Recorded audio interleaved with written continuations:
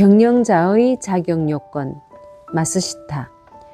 경영이라는 것은 단지 기업 경영뿐 아니라 모든 단체, 더 나아가서는 국가에도 적용된다고 생각합니다만, 그 경영을 능숙하게 하느냐 못하느냐는 전적으로 경영자에 달려있다고 생각합니다.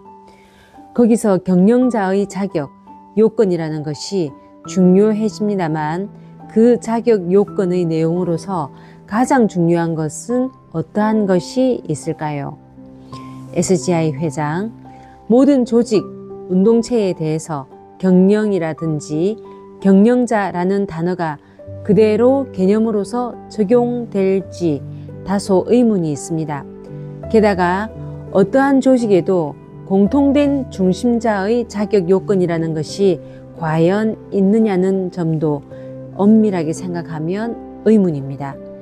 그 조직의 규모, 구성, 기강, 그리고 무엇보다도 그 목적에 의해 그 행동 양식도 중심자의 본연의 모습도 상당히 달라지지 않을까 생각하기 때문입니다. 또 극히 일반론으로서 이른바 지도자론이라는 것을 여기서 새삼스럽게 논할 것까지는 없다고 생각합니다. 지금까지 수많은 논자가 한간에 나왔고 무엇보다도 역사 속에서 여러 가지 교훈을 배울 수 있기 때문입니다. 제 자신도 삼국지나 수호전 또 역사의 한 시대를 구분지은 인물의 삶을 통해서 많은 귀중한 교훈을 얻고 있습니다. 그 속에 지도자의 조건이 무엇인가는 거의 포함되어 있다고 할 것입니다. 따라서 여기서는 그러한 여러 가지 교훈과 하나의 조직을 맡고 있는 책임자로서 제 자신이 지금까지 얼마간 체험한 속에서 조직의 지도자의 조건, 중심자의 요건에 대해서 느낀 대로 설명드리고 싶습니다. 먼저 인간에 의해 구성된 조직이라면 그 중심자는 무엇보다도 인간으로서 전 인류적 힘을 갖추어야 한다는 것이 첫째 전제 조건이라고 확신합니다. 다양한 욕구나 재능을 지닌 인간을 살리면서 지도하는 이상 한쪽으로 기운 인격으로는 전 조직의 추진은 도모할 수 없다고 할 수 있겠지요. 각자의 개성을 살려 포용하면서 전체로서 확실한 방향으로 키를 잡아가려면 전 인격적인 풍부함과 깊음이 먼저 요구된다고 할 수 있습니다. 이 전 인격적인 힘을 구체적인 요소로 나누면 첫째는 포용력, 둘째는 공평함, 셋째는 확신, 넷째는 책임감, 다섯째는 선견성이라고 생각합니다. 포용력은 여러 가지 개성을 지닌 사람들을 커다랗게 포용하는 인간으로서의 폭과 깊이입니다. 구체적으로 말하면 한 사람 한 사람의 재능을 발견하고 또 그 사람을 충분히 이해하여 각자가 자신감을 갖고 자신의 재능을 충분히 발휘하면서 조직의 추진에 임할 수 있도록 배려해 갈 수 있는 힘입니다. 그를 위해서는 사람의 마음을 예민하게 느끼고 상대방을 크게 감싸는 자애가 없어서는 안 됩니다.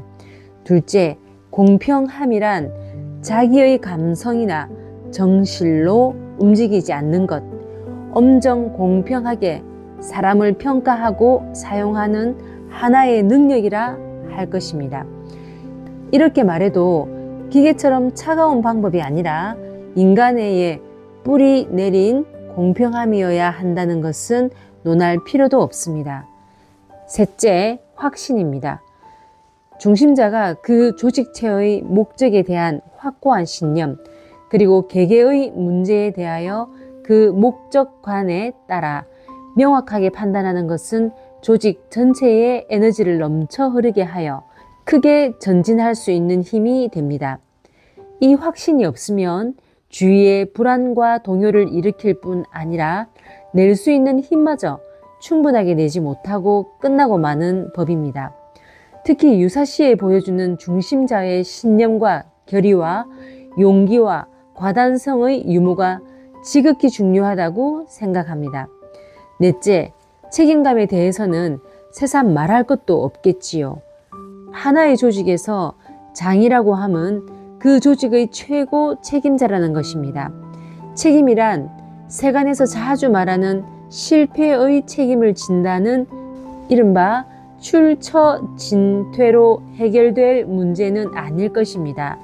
현실 행동 속에서 분명한 책임을 갖고 이렇다 할 실태로 나타내지 않으면 안 됩니다. 다섯째, 선견성이라는 것은 올바르게 시대, 역사를 보는 눈이 있느냐 없느냐입니다. 조직을 맡고 목표를 향해 지휘하는 자에게 절대 불가결의 요소입니다. 현상에 대해서 정확한 인식과 그곳을 기점으로 미래를 향한 깊은 통찰을 할 수 있느냐 없느냐가 조직의 성쇠를 결정하기 때문입니다. 그리고 지금까지 열거한 5 요소에 덧붙여 가장 중요한 지도자의 조건으로 꼽을 수 있는 것은 후계자 그리고 미래를 대비한 인재 육성입니다. 회사 조직에서도 또 하나의 국가에서도 이 장기적인 인재 양성이 실시되는지 여부가 최대 주안점이 됩니다. 그러한 의미에서 어떠한 조직이라 해도 그 지도자가 진정으로 위대한지 여부는 그 지도자의 사후 30년에서 50년 후의 상태가 어떤지로 판단할 수 있다고 생각합니다.